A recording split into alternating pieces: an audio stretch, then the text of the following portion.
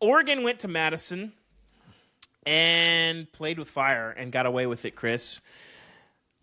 They won the game. I don't know what else to say. They won the game. That's what they won 16-13.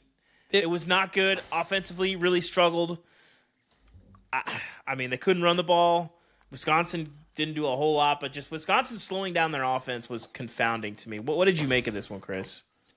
It was just like the Penn State-Wisconsin game a couple of weeks ago, where it was close at halftime, close going into the fourth quarter, and eventually the other team makes enough plays. I mean, like Dylan Gabriel didn't have a touchdown pass, had an interception. It just nothing. They couldn't finish drives. It wasn't really, and it's not like Wisconsin was moving the ball either. They couldn't do much of anything. Braden Locke, 12 for 28 with a touchdown and 96 yards passing. Good Lord, man. 3.4 yards. And two chances late. And both not good. Not good. Yeah, they were just kind of they let Wisconsin hang around for a bit early on, and then eventually a couple of plays, and it's a close game. So, how much do you read into this? I think Oregon is tired. I want to say they've played like 7 or 8 weeks in a row. It's been a lot of travel. I think they have a bye next week, I want to say. And so you get out of it with a win. You kicked a lot of field goals instead of touchdowns. That's the Big Ten way. You go up to Madison and you kick some field goals and you hold on and you win an ugly game. I'm not too worried about Oregon yet. Now, remember, Tez Johnson has been hurt. They had a couple other guys out. I think Jordan Birch missed this game as well. So yes, we need to give a shout out to Mateo Iungole. He was like unblockable tonight. When you look at why Wisconsin's defense or offense really struggled in the second half, he was a huge reason why. And then gets the game-stealing interception off the tip pass. Should we talk about the fake field goal briefly, Chris? Yes. What are you doing? Like, to be fair, the person who should be offended at that is Braden Locke, Wisconsin's quarterback.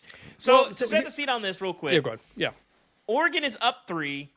They get a stop deep in Wisconsin territory. They get the ball back. It's like 4th and 5. It was not that close. It was 4 or 5. I didn't know.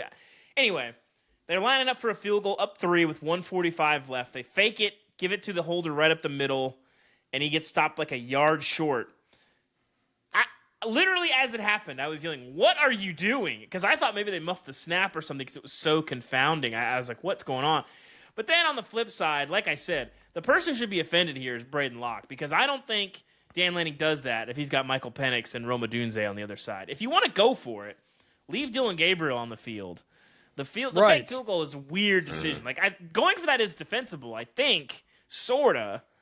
But I think kicking that and saying go get a touchdown like you haven't done in 2.5 quarters makes a lot more sense to me. Damien, what did you make of that decision?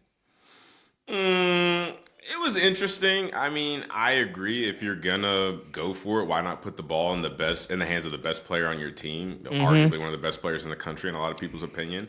I'm not mad that they wanted to go for it in that situation. I think just the call was a little iffy. I mean, if I'm Dan Lanning, it's super easy to be the guy after the game to sit here and be like, oh, well, I would have done this, but I probably would have put the ball in Dylan Gabriel's hands. Mm-hmm. He's so aggressive, but there's a line. Yeah. I feel like he crossed the line. There was what are we doing? I don't know. Yeah, but also the term or the ideology behind what you were saying, make him go score a touchdown. Don't let him tie it up with a field goal. Exactly. That's just playing smart football. So it was definitely questionable because again, it goes back to my original point. If you're gonna be willing to take that chance of playing the points game or the field position game, do it with the ball in the hands of your best player, not your holder who does nothing but hold. No offense, specialists. I love y'all. Y'all are some of the best. I tell y'all, specialists are some of the coolest guys in the locker room, in every single locker room. Every team I've ever been on, they're the coolest guys. But again, holders, they just hold. I will say, I do think it was there.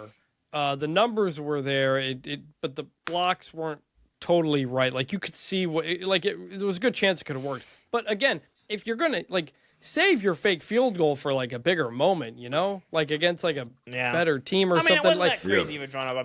That's pretty big. Again, I either would have gone for it or punted or kicked it. Again, if I don't remember exactly how far the field goal is. If you feel good about making it, it was 35. It was really short. It was a 35, 40. If you don't trust Wisconsin to drive down the field, then do literally anything else. Yes. Like doing it, yes. to me, I think faking the field goal is the way you were the most scared about it, because you felt like you had to pull out a trick. So, you know, but like, he's gone for it late against Washington. Doesn't work. Penix drives him down for a touchdown. Like we saw that last year. So like, this is what Dan Lanning does. I think it's mostly fine. I'm fine with going for it there. It's more just the fake. It's the fake aspect. Going forward is going forward defensible, although inadvisable. But the fake field goal is of all the choices, it's the weirdest one. SMU was kind of in a similar spot as well, where it could have kicked or gone for it or something. They went for it, got it, and won the game. So.